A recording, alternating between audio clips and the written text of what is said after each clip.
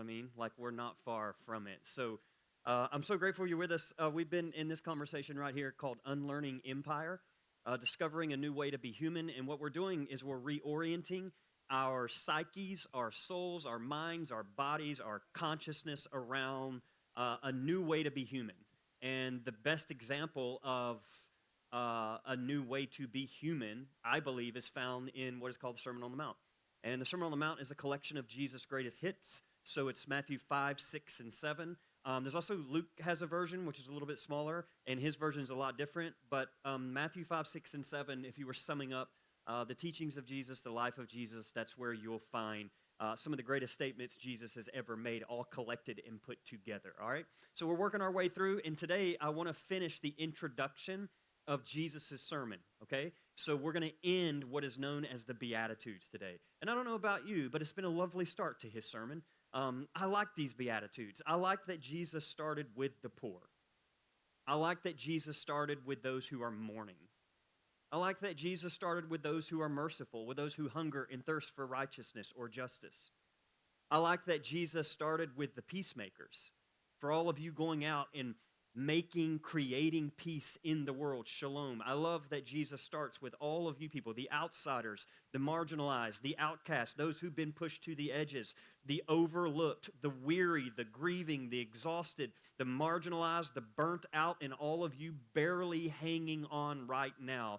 God starts with you and says you are in a good condition in the realm of God. So the empire says to you, you're an outsider, you're no good, you're worth nothing, and Jesus steps up and says, actually, the empire's had this whole thing backwards. In the kingdom of God, the realm of God, in the divine world, you are actually sitting at the center. Or in essence, you could say it like this, God is on your side. And if there's anybody I want on my side, I love that it is the divine. This is how Jesus starts. Now, what I want to do today is last week we looked at the peacemakers. Now we're going to jump down to his last beatitude. Now, this one's different because it's not just one statement. A lot of scholarship says he makes the statement, which we're about to read, and then he uses the next verse, which some scholars say is a different beatitude, but I'm pushing them together for two reasons. One, for the sake of time, because this is like part 9 of our series, and we're still in the intro. Which means we're going to set records on this one, all right? And I'm looking forward to it. But the other reason is I don't know if if we're dealing with 2 Beatitudes here, or if we're dealing with 1 Beatitude, and for the first time we're getting an explanation of that Beatitude. And that's how I understand it. Either way, we're going to take on like more than one verse today, okay? So this is Matthew chapter 5, verse 10. Here's the final Beatitude Jesus gives. Blessed are those who are persecuted for the sake of righteousness, for theirs is the kingdom of heaven. Verse 11, blessed are you when people revile you and persecute you and utter all kinds of evil against you falsely on my account. Can we just pause there? Anybody ever experienced that? Rejoice and be glad. It seems a little strange, doesn't it? I'll be glad for your suffering. For your reward is great in heaven. For in the same way they persecuted the prophets who were before you. They persecute you. So, here's the idea. Jesus says, blessed are those who are persecuted for the sake of righteousness. Then he breaks down the description of what that persecution might have looked like in its first century context. Now, when I first read this, I almost skipped it. And skipped it, I mean in the way of I'll just make a reference of it and move on, but we'll get to what's next, which is you are the salt of the world, you are the light of the world. And a part of it was because honestly, I read it and I thought, I don't know that this is going to translate to an American empire that really knows nothing about persecution. I mean, honestly, if anything, I don't know about you, but these verses, this idea of persecution, I mean, so much of it is hard to even hear, not because it doesn't exist, we can get into that, but because the way I've watched this very idea be stretched so far from beyond what Jesus even meant. And we're living in a moment in America where people, I don't know if you've noticed this, claim they are experiencing persecution because of their faith. And then they'll make references to this verse. Well, blessed are those who are persecuted for righteousness' sake, for theirs is the kingdom of heaven. And I don't know if you see this, but I see it. I see people all the time claiming that as a Christian living in America, they are persecuted for their faith. Okay? And so part of the reason I didn't want to address it is because of that. But then I realized, oh, actually, that's why you should address it. Because there are American Christians claiming to be persecuted. And when you lean in and say, tell me about the persecution, you start to realize there's something we need to talk about here. Because people have confused, and here's where we're going, people have confused losing supremacy to persecution. And when I say supremacy, I don't just mean white supremacy, I also mean Christian supremacy. And my friends, those two go hand in hand with each other. So, Christian supremacy starting to slide in America, and all of a sudden what you see is, tell me if you've heard this, oh, I can already feel it, we're going to have a great day. I feel it. I feel it in my bones. You may not like it, I'm going to like it. But Christian supremacy, you start to lose the supremacy, and tell me if you've experienced this, you start to hear people talk about two things. One, the secularization of America. Pause. Friends, I don't even know what that means. When I hear people say that, the secularization, secular, the only thing that comes to my mind is the world I grew up in, an evangelical world, they called music secular. So you had Christian music and then secular music, right? And then you had contemporary Christian music, which is a merging of secular and Christian music. You know what I'm talking about, right? They brought the drums and the guitars and all of it, and it sounded like, and then the lyrics. I remember, I grew up listening to a band called Jars of Clay. Do you remember this? And I remember the crossover, which was the first time I'd ever seen it, where they made it on, and hang on, by the way, I know the students didn't go back to the back, so students, just hang with me. There's a thing called MTV back in the day. It's called music television, all right? And MTV is what we all older folks used to watch all the time. I mean, I would sit in front of that and be like, what new music videos we got going on today, all right? But I remember watching Jars of Clay move into, and I saw them on MTV. And then it became this big deal like, wait, are they Christian music? Because their lyrics don't really talk about Jesus.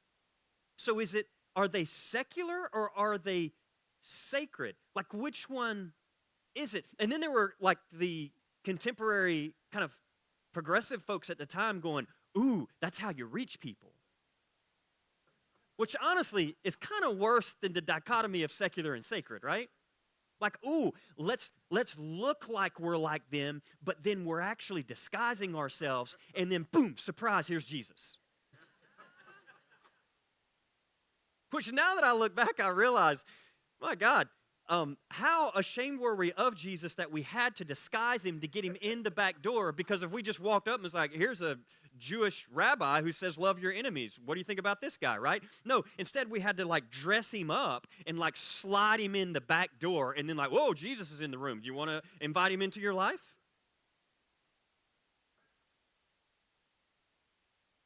But I remember watching, and they had this song called Flood. My world is a flood. Slowly I become one with the mud. You've heard this, right?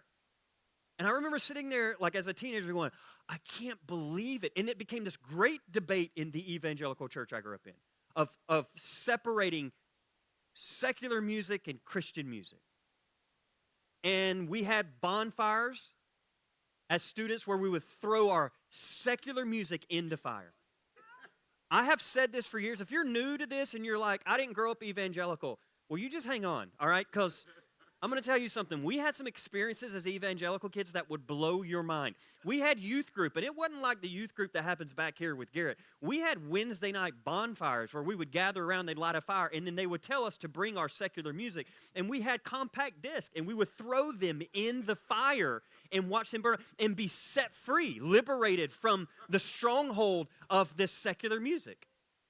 And looking back now, I've said this before, but looking back now, I love it. You know, the music industry loved evangelical worlds because we would buy the music, burn it, then turn around and buy it again. So artists like Tupac Shakur made so much money off of me, all right?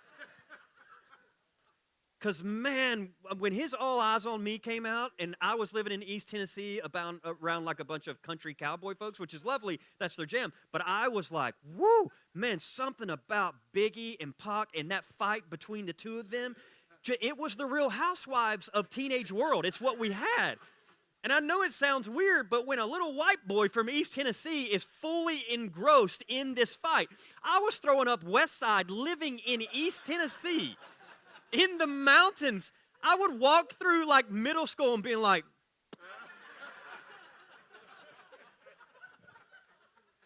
who does that? And I have to, I don't know what's going to happen when we die, but I'm going to be real.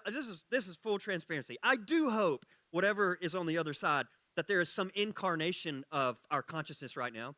Because when I get there are a couple people that I want to meet, and Tupac Shakur is one of them. And I'm telling you, hear me, because it's just serious respect for him. And now that I've gotten older, you ever go back and listen, I'm like, oh my God, that man was far more tapped in than, as a high schooler, I was just like, yeah, get him. But I don't know what I was doing in high school. I didn't understand a word he was saying. I just felt it, you know what I mean? But now looking back, I'm like, man, he was tapped in. Now, all of that said, I don't even understand that duality anymore, secular and secular. Because when you step through that door, you realize there's no such thing as secular.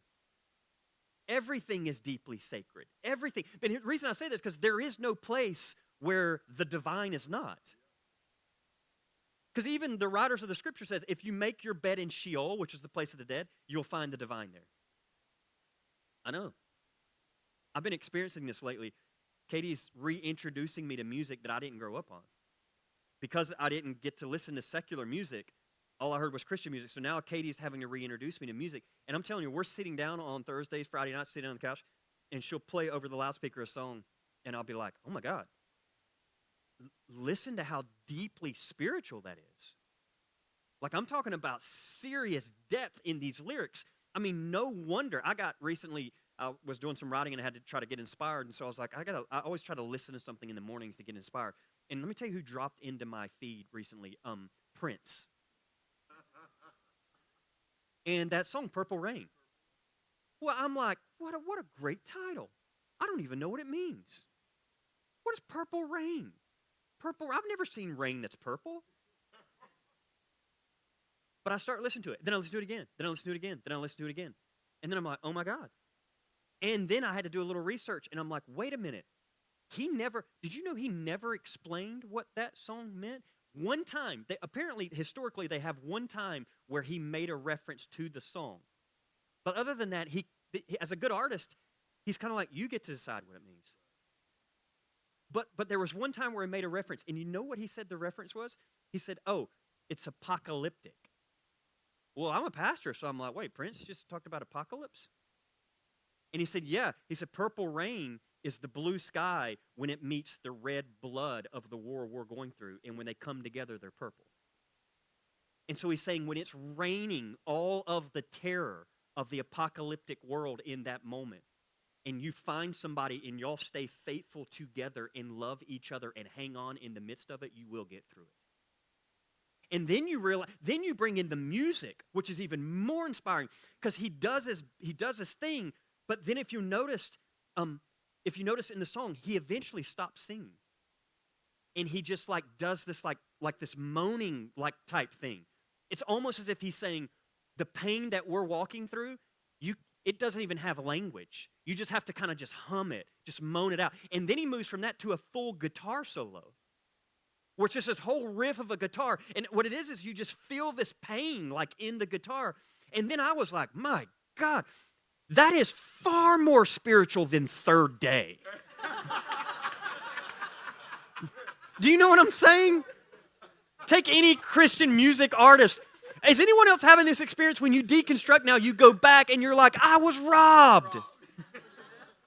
They gave me, and no offense, because I have friends that are in the CCM world right now, but they gave me this cheap imitation crab meat called Christian music when what I really wanted was the real thing. And turns out the real thing, and I remember this like it's secular if it has cuss words in it. Turns out, actually, that's called a lament. And that's deeply spiritual. And now I'm going back, uncovering all this music, going, no wonder it's lasted for decades. Here's why. Because it resonates with people. Yeah, because it's deeply spiritual. So I don't even see the dichotomy or the duality anymore between the two of those. Because everything is deeply spiritual. And when you start finding the divine in everything, I'm telling you people, you find it in everything.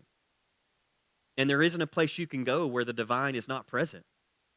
And you start seeing the divine everywhere. Yeah.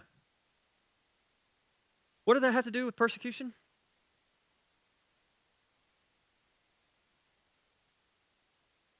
All of that to say, I think in America, what you have in this moment is a group of Christians who, as they lose supremacy, you start to have this narrative of we're being persecuted. And what they'll say is, we're experiencing, and here's the link, the secularization of America. And if it's not the secularization of America, then what they say, and there is no such thing as a secularization of America, but as that transpires, what they'll eventually say is, we're experiencing persecution, but it's also linked to what we call eschatology. Eschatology being the study of end times. So think about it. They're claiming persecution. And if you listen close enough, what you'll find is they want that persecution to happen. In the same way they want Israel to keep bombing Gaza. Why? Because it fulfills some violent prophecy and understanding that they have about the end of the world. And so anytime they can latch hold of something that they perceive as persecution, they'll claim it because that has to be the narrative. So the more power and supremacy Christianity gets, the more it actually is moving away from the eschatology that they hold, and that's problematic. Now, all of that said, this is what many people have called the American Christian persecution complex. Now, for those unfamiliar, I got you a working definition here. The American Christian persecution complex is the belief that Christianity is under attack whenever it is no longer given special privilege, cultural preference, or unquestioned authority. But let's tell the truth here, okay? Christianity and Christians in America are not being persecuted. Now, I want to show you some examples of the American Christian persecution complex, okay? One, you already know. Think about what happened a few years ago with Starbucks in their coffee cup. Think about that for a minute.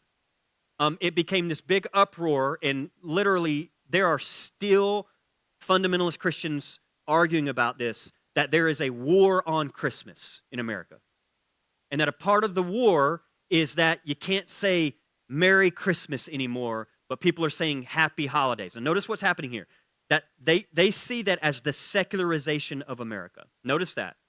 But notice what it really is. It's just a slight notch down of their Christian supremacy, and it is a realization and an awakening that not everybody in America is a Christian. That's what we call equality, all right? It's the idea that even in the Constitution, we were never intended to be a Christian nation. And so, it's not that you're going woke. It's that you're actually respecting the fact that not every human that lives within the realm in which you live believes the same God that you believe in. And that, my friends, is deeply spiritual. That's actually called dignity and respect. Now, I want to show you another one that just happened last week. Okay, this is fresh off the press. All right. I think we have an image of it. Here's a tweet. Here's a tweet. Here's a tweet. Literally, and we blocked the. We tried to keep the image so you could get close, but we blocked the name out so you won't persecute them even more. But this is an actual tweet that I saw with my own eyes, so I pulled it. And so you're like, what's going on? So Coca-Cola has a personalization tool. So you can go online, and with a Coke can, you can write your name or whatever, and then they'll send you like the drinks with your name on it. You know this. You're familiar with this. Well, they now have it where you can do like small little like slogans or whatever. So it's a tool where customers can submit a personalized bottle or can. But the system that they use rejects and prohibits religious language, political language, trademark language, or inappropriate language. That's fair, right? Like, you don't want somebody being like blankety blank blank on your Coke can, you know what I mean? I don't want to receive a Coke can that's like, I hate Cody and Vinings Lake. I'm good.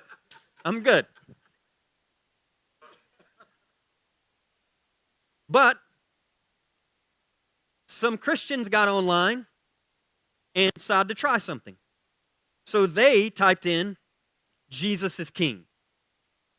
And it was rejected, which we don't have time to go into it, but anytime I see Jesus is King, I want you to know that is code, okay?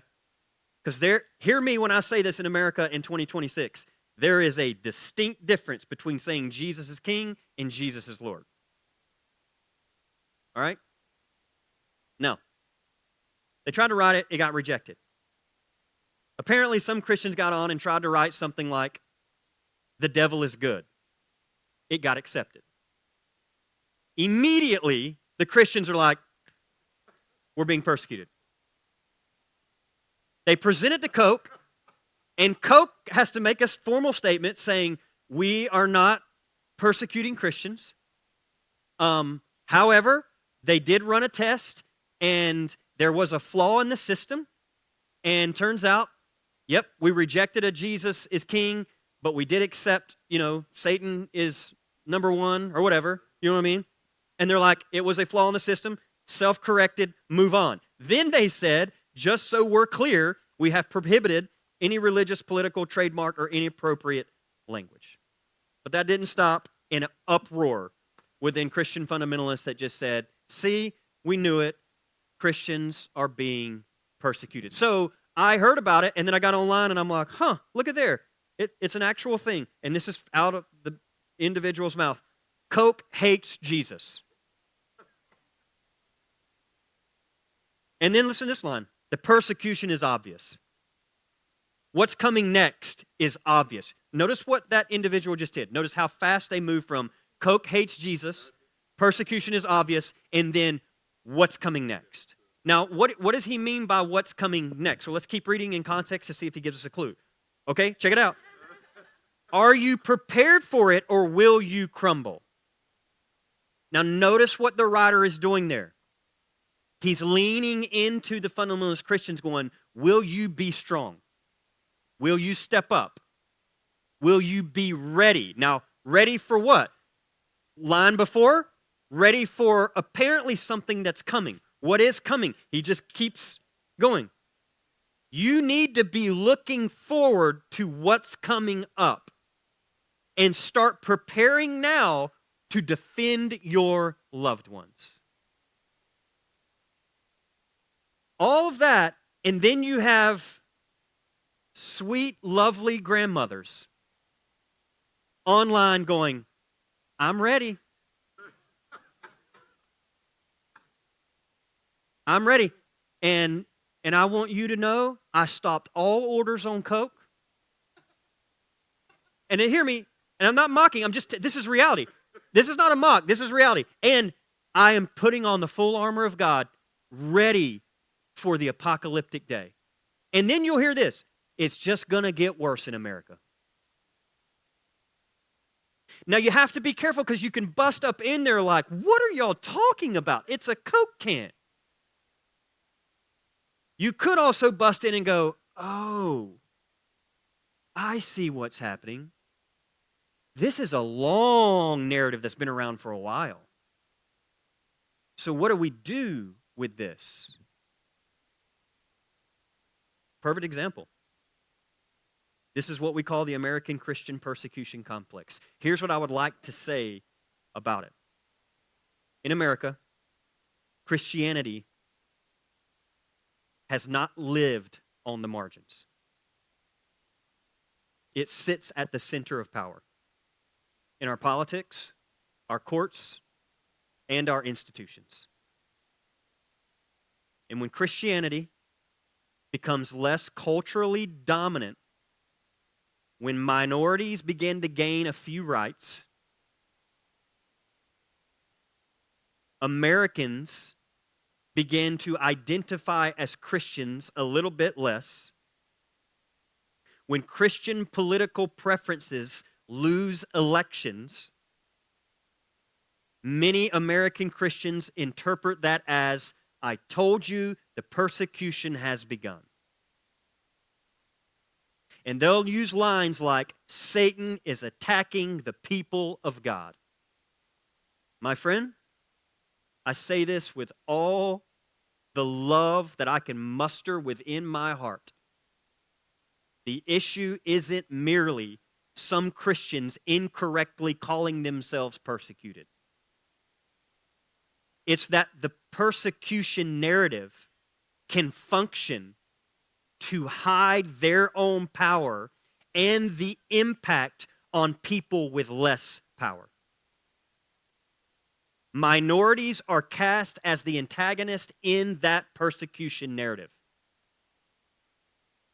Not people experiencing the consequences of our power, which is what is really actually happening. What I want to say to Christians with the American Christian persecution complex is you're not being persecuted. You're actually being challenged. You are not, those are not the same thing. This is a confrontation with your power.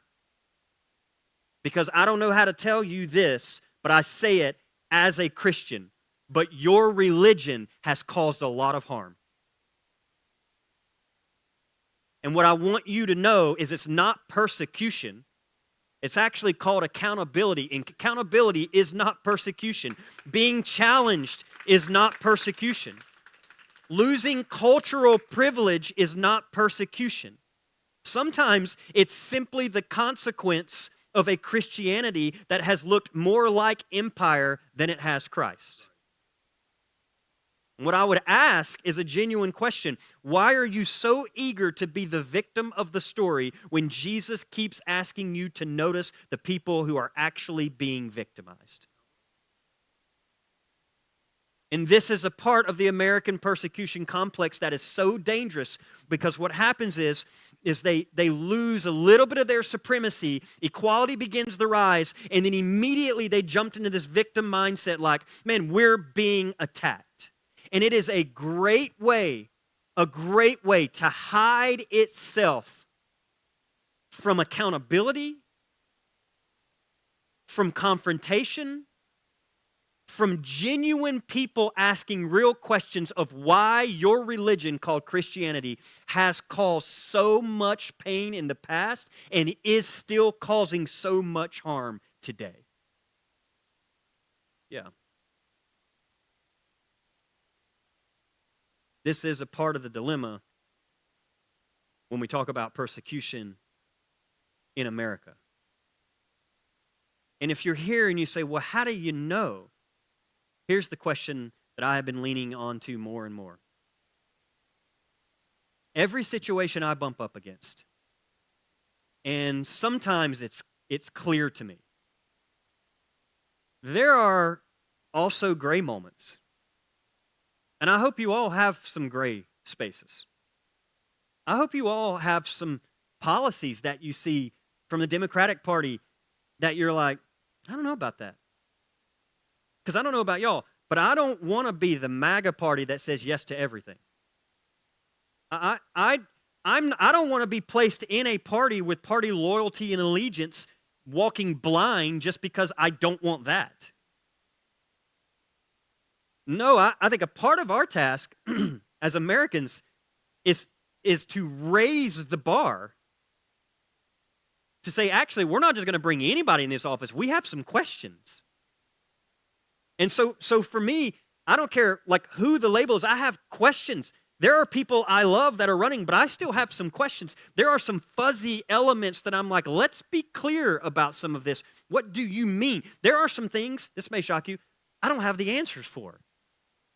And I've done a lot of studying. I've talked to a lot of people dealing with it, and it's still like, that could go either way. Yeah, I know. It's a challenging thing sometimes when you get in. I know our ego would love for it to be black and white, but we have to be very careful because if you're not careful, what you've done is you've swung your certainty to the other side. But we walked away from certainty as a God. So we are now getting more comfortable being uncomfortable, not having all the answers. We call that trust. It is trust in the divine, but also accountability and challenge and confrontation and questions and asking. And so I want to make sure we're not just moving our black and white fundamentalism over here on this side and it's still black and white fundamentalism. This is why I love it. I love it when I see progressives and liberals arguing with Democratic politicians. I'm like, more of that, please. Because I think a part of the problem is we never had that on the right. A part of the problem, the challenge is that you just was like, well, this is the lane, this is the identity, this is the R beside his name, so let's just blindly go that way. No. The challenge for all of us is there are some areas that are very difficult, and they're very challenging.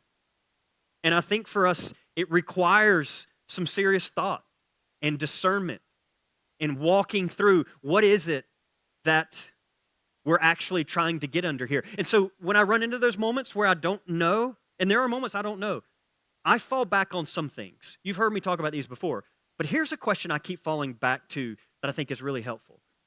In any situation, look at it and say, before I decide, who has the power here?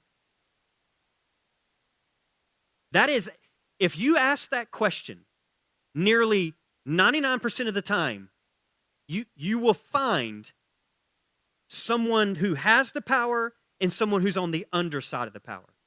Now, doesn't necessarily mean those on the underside of the power are right, but before you step in to make a decision, ask that question, who has the power here? And when you step into the American persecution complex, you realize, who has the power here? Oh, Christians have the power here. Yes, Christians have the power here. And so it gets real interesting when you untangle that and you realize, wow, isn't that interesting? The people who have the power are claiming to be persecuted. That would be like, let's take another step. That would be like a white male claiming to experience reverse racism. You see the correlation, right? And I meet people all the time still like, well, yeah, of course they can. No, actually, they aren't. Now, they are if you define racism as just being prejudiced against the color of your skin. But that's not racism. That's discrimination. Racism is about power. Do you understand that? And as a white male, got news for you, I've never had power enforced on me, against me, my body, my color of my skin. This is why reverse racism can't be a thing. But I'll tell you what it is good at. A whole bunch of white males love to pick it up and run with it. And honestly, it's really disturbing because it isn't just a blow to those who are marginalized. You're taking the suffering they have experienced, and then you're pulling it out and using it to further lift up and embolden your own supremacy. Friends, that's disturbing. That's evil. That's gross. I think we've already gone, Kevin. We ain't coming anymore. We already gone. Train left the station a long time ago. I'm saying you see the correlation between white supremacy and Christian supremacy. They are intertwined in a lot of ways. Now, Jesus says, blessed are the persecuted. So if it's not that, then you're probably like me and you're asking this question. Well, then what is it? What is he talking about? Remember, he's writing to a first century crowd here. I love how he words this. Blessed are those who are persecuted for the sake of righteousness. That's critical. Remember what righteousness is. We've already talked about this in the Beatitudes. Righteousness and justice are intertwined together in Hebrew thought. You could say it like this. Righteousness is the incarnation of justice. It is the justice of God enacted. Jesus is essentially saying, blessed are those who are persecuted in the cause of justice. This is suffering because you have embodied the justice of God. I think it's critical also to note that Jesus doesn't randomly end with persecution, but he places persecution right after peacemaking. Why is that important? Because I think what he's trying to get at is, blessed are the peacemakers, those who go out and attempt to create peace. You are the most likely ones to actually experience some sense of persecution. It's like Jesus is saying, it's the consequence of everything we've been teaching. And this wasn't hypothetical to Matthew's community as he wrote it, because they were experiencing, as followers of Jesus, exclusion, economic consequences, social rejection, accusations of disloyalty, and full-on violence. You can study history, church history, and you will find people in the early Jesus movement were experiencing actual violence. And a part of what they were experiencing, there are actually stories that came out of that aren't in the Bible. And if you don't read outside of the Bible, then perhaps you probably don't even know some of these stories. But there were real people in the first century who experienced some serious, be a proper word, persecution. And they experienced in many different ways. And part of the reason is because what they were teaching, believing, and confronting. But even now, looking back, we wouldn't necessarily call this Christian persecution. And the reason is because Christianity wasn't a thing in the first century. Now, you've heard me talk about this, but I do think it's important to clarify. There was never a day where Christianity broke from Judaism. Okay? When you study this, there was never like a defining moment where you're like, when did that happen? When did Christianity begin? There was never like a moment where it was like, oh, right there, we see it. Judaism and Christianity broke. No, what you need to know is when you open the Bible to read it, all of those people they're talking about in the Bible are a branch of Judaism. Christianity wasn't a thing then. And so what you had was a Jesus movement. It was a revolutionary movement inside of Judaism. They were Jewish. Now, yes, there was some separation happening in the early movement. And then you also had people who weren't Jewish step in, Gentiles, all right, which would be all of us if you're not Jewish, slowly wanting to get in, going, what do we have to do to be a part of this? That's where you get the whole debate. Because then you had like Judaism going, yeah, you can be a part. We're all about it. Come on, everybody's welcome. But we're going to need you circumcised. Why? Because that's what the law said in Moses. Have you ever read the Bible? Have you ever read most of what Paul writes about? A larger part of what Paul writes about is a whole debate on circumcision. That, again, that's the New Testament. We're like, kids, read the Bible. And tell your kids to read Paul. They're going to come back and be like, Dad, what's circumcision? I'm like, why is Paul so? Did you know this is in the Bible? Oh, it's going to get good. Did you know there is a verse where Paul says, he talks about circumcision, and he's so angry, he said, I wish they'd go and not just circumcise themselves, but cut it all the way off. That's the Bible, by the way. Now, that's a rough Cody translation, but it's in the Bible. It's in Paul, it's in the Bible. It's accredited to Paul. Yes. Why? Why? He's irate. What is he doing? He's saying, you don't have to do all of these things to get in. And there was this full-on debate between inclusion and what people had to do to actually get in. Translation, I don't know if much changed today. We created another religion off of a religion, and then we took this religion and we're like, if you want to get in, there's some things you need to do. And it became this whole debate. And this is why when you see a man in the New Testament baptizing a eunuch, it becomes real controversial because they're like, wait a minute, can that person get in? Because newsflash, that's kind of a transgender person. And is it okay to? And then you have Acts. Woo, Acts gets wild when all of a sudden you have Peter eating and drinking things that are against the law. And they're like hanging out with a Gentile, which, no, you can't be doing that. Why are you doing that? And then Peter's like, don't call anything unclean that God has made clean.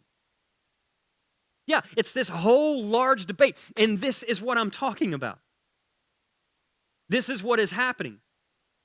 You have this community, but they're not Christians per se yet, but they're a branch off of Judaism. Now, I am not saying they weren't called Christians, because early in Acts at Antioch, you have the first label of Christian. But check it out. It was empire and those around empire as somewhat of a, scholarship argues, a derogatory term that they tried to place on those people because they didn't want to offend all of Judaism. So they're like, what is up with this group of people, these Jesus people? They're in Judaism, but they're causing trouble. And so we have some historical records of people going, what would we call them people? Oh, little Christians, little Christ. But they had another, you know what their language was? They called each other, so if you're like, what did they call each other? The brothers and sisters, all through Acts. Hey, my brother. Hey, sister. I love that. We still do that today. It's one of my favorite things. I still love it. I own that one. I claim that one. I love it. Hey, brother. Now, it was used, hey, brother. Hey, brother. I love it. But I don't hear it in the Southern Baptist way anymore. I hear it in like the, yeah, we are brothers, aren't we? Yeah. Yeah, you're my sister. Yeah, and here's another one they used. Oh, we're people of the way. That was actually their claim. When they're like, what are you people? People of the way. Well, what way is that? I'll tell you what, it wasn't the way of MAGA. Because the MAGA way and this way they were talking about do not have anything in common with each other. People of the way of what? This is what we're talking about in the sermon. The way of nonviolence.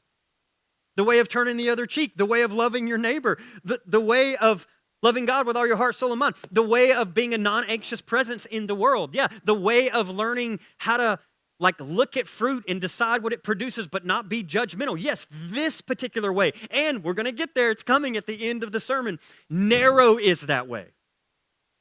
And few people find it. But broad is the way, Romans road, that lead people to destruction. We're just riffing now.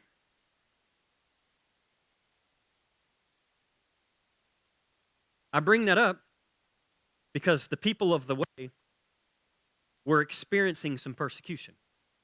And you have to ask, why? That's a good question. Because had they just been nice spiritual people that experienced an individual spirituality and just want to go to heaven when they die, the empire would have loved that. But where did their persecution come from? It came from the empire, by and large. I mean, we could go back and look at 60 AD when Nero was the emperor. There was a great fire in Rome. And you know what happened in the temple? And you know what happened? Nero, the emperor, said, I'll tell you who did that. It's those Jesus people. And it created some serious conflict and persecution. We could go back and talk about how the empire continually persecuted individuals. As you roll through church history, you have 249 to 251 was the first empire-wide persecution. Then you had another 303 to 311 was called the Great Persecution. But in all those situations, from 60 Common Era all the way through the early 1st, 2nd century, The persecution was coming from the empire, and you have to ask the question, why? What was this group of revolutionaries doing that was so dangerous to the empire? Well, here's what I will tell you. Peace always threatens somebody's profits. Justice always threatens somebody's privilege. Love always threatens somebody's fear. And when faith begins, let's just modern day, feeding the hungry, confronting systems of why there is hungry people, welcoming the stranger, confronting racism, exposing corruption, confronting violence, and standing beside the people empire has taught us to fear. That's when power gets nervous. That's when the names begin. That's when the lies begin. That's when the pressure comes. And this happened in the early Jesus movement. I want to give you one example, and then I'll make two statements, and then we're out of here. First example. I want to read you a brief excerpt from a story of a bishop who experienced what I think Jesus is talking about here when he talks about persecution. This story, for those that are keeping score, is called the martyrdom of Polycarp. Polycarp was a bishop in Smyrna, modern-day Turkey. From 69 to 155 Common Era.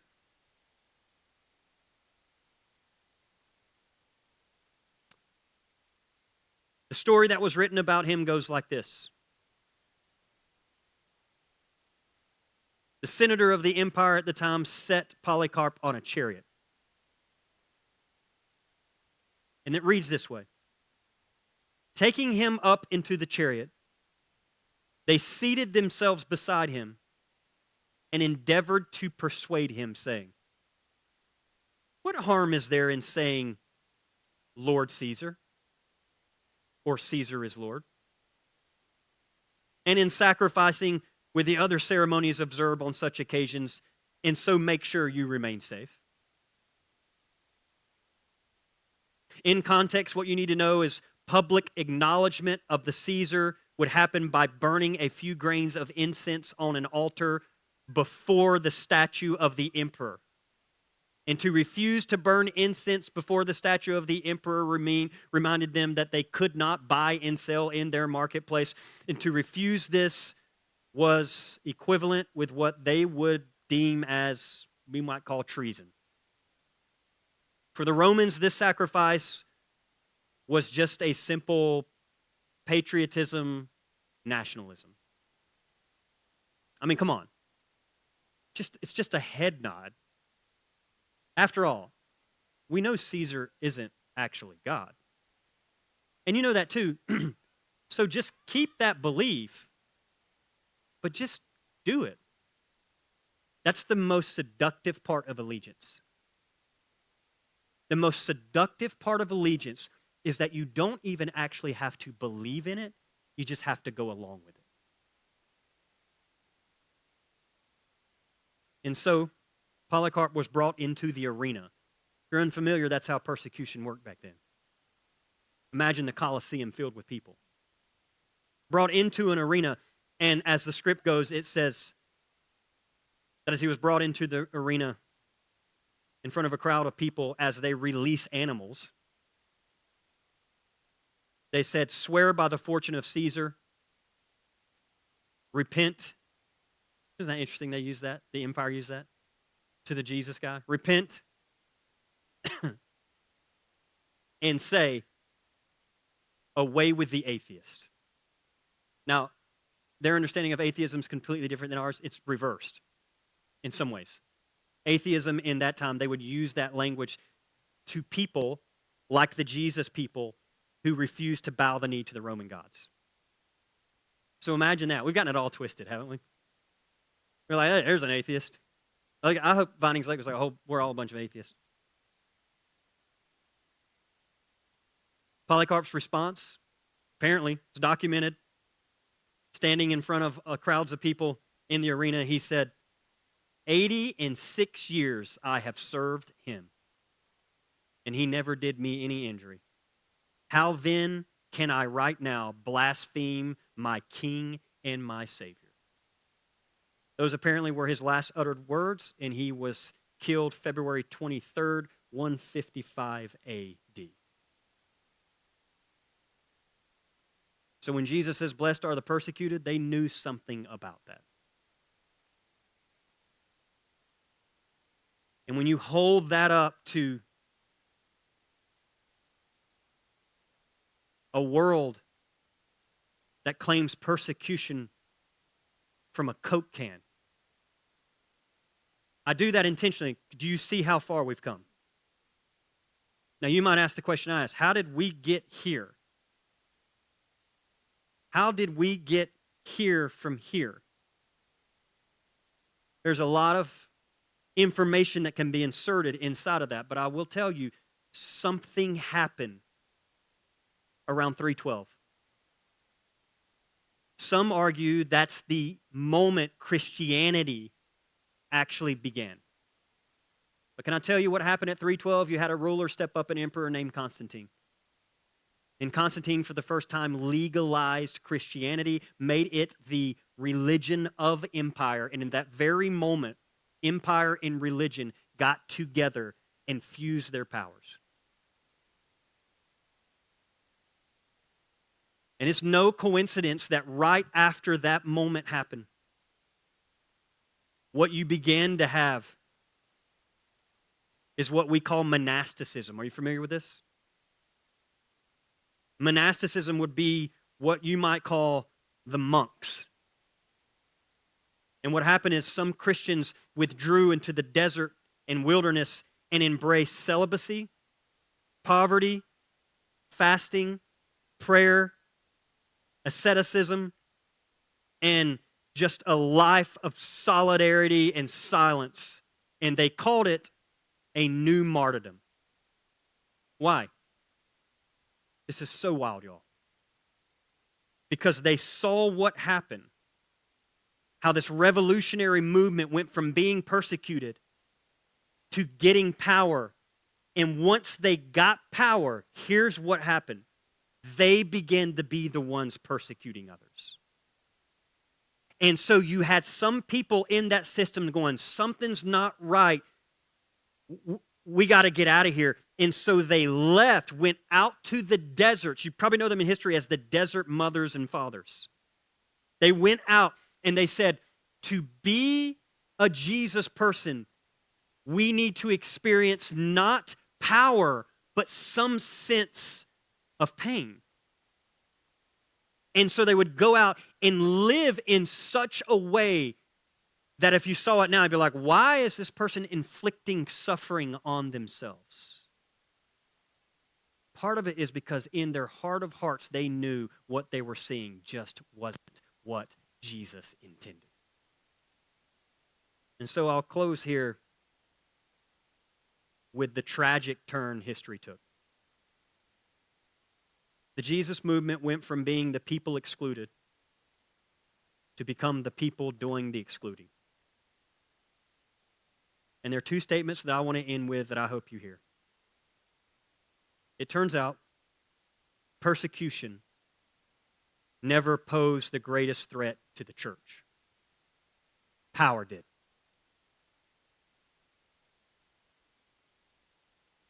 The moment Christianity stopped threatening empire, empire stopped threatening Christianity. And I just paused to say, what would it look like for Jesus followers, this revolutionary group, to once again become a threat to empire? Because we have buildings this morning all over this country, some mega, some tiny, and they're gathering on every corner. And if you live in the South,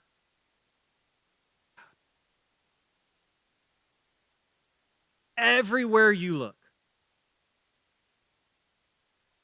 But isn't it interesting? Very few, if any of them, are a threat to empire.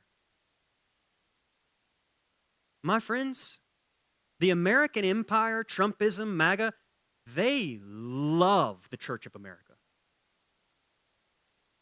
And not only is the church not a threat to empire, they have snuggled right up to it.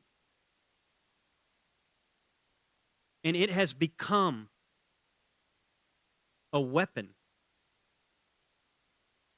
that is causing so much harm and pain and persecution in its broadest sense to a lot of marginalized people.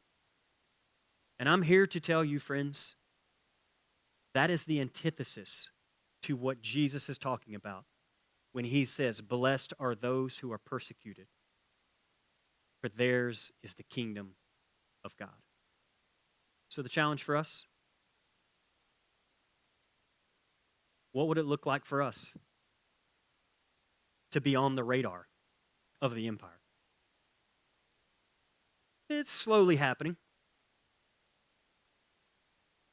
I just heard this week newly released records that the Department of Homeland Security is doing specific surveillance around progressive churches and anti-ICE organizations that are taking place in churches. I want to be careful. No one's claiming persecution. But I also want to say this. You do see how easily that could happen. Now follow me, because I know you're in this. But if and when that does happen, here's what you'll see. A whole bunch of Christians going, "We're persecuted," when they're the ones doing the persecuting. And here's what you'll see. If and when DHS slides into spaces that are harboring immigrants, you better believe they won't do it going, "We're the empire, we're Rome, you bow down, you will obey." No. They will slowly, quietly show up, and they will say, "We're Christians. We love Jesus, but you need to obey the law." But may we have enough discernment and wisdom to know, friends, we're not even close, but we are right on the edge of something happening in America where maybe for the first time in the history of our nation, we as a movement that started with Jesus get back to becoming a threat to empire. Because, as you know, the moment we stop becoming a threat to empire, empire stops threatening us. So I'll just pause and say, if you haven't been threatened in a while, maybe that's a metric. I don't know about you, but I've had a good number of threats. And here's what I'm saying. I hope you do too. I hope you do too. I hope you don't live in such a quiet way that no one ever even disagrees with you. Some people are like, "Yeah, but that's the way of Jesus." No. No, if it was, hear me, he would have never been crucified. Apparently that man was a loudmouth. Apparently he said some words. And apparently those words were very threatening to the power of the day. And so, we're done. I'm just saying, how would that translate to our world? Oh man. I hope and pray and dream of a revolutionary movement that gets back to what Jesus originally started, where the empire has to send code language to Mableton. Oh, we got something going over there. What's happening over there? Oh, they're harboring humans. Yeah, what are they talking about? Oh, something about love your neighbor? Why would love your neighbor be such a threat? When do they get back to their private spirituality? Start talking about heaven. Stop talking about politics. My friend, we're just getting started. We're getting started. We're going to be a threat to the powers that be. Why? Because I am convinced that is what the original Jesus movement was all about. So, here's the trouble. And as John Lewis would say, the great John Lewis in Georgia, how about we get in some good trouble? Because Jesus, should note this, Jesus said, blessed are those who are persecuted for the sake of righteousness. Some of y'all getting persecuted for your own junk. Don't put that on God. For the sake of justice. You hear that, right? So good trouble is getting in trouble for the sake of justice. All right, if you're a guest here, I'm going to be right over here. Would love to meet you. Thank you for being here. For the rest of you, thanks for leaning in. We went a little long, as usual, which isn't really long anymore. It's just a part of the deal. But I'm grateful you're here. Hey, next Sunday, we move out of the Beatitudes. We're going to jump into a phrase. Jesus comes right out of the gate, and he says, you are the salt of the land, of the earth, and you are the light of the world. And so we're going to talk about what all that means. Peace be with you. See you next Sunday.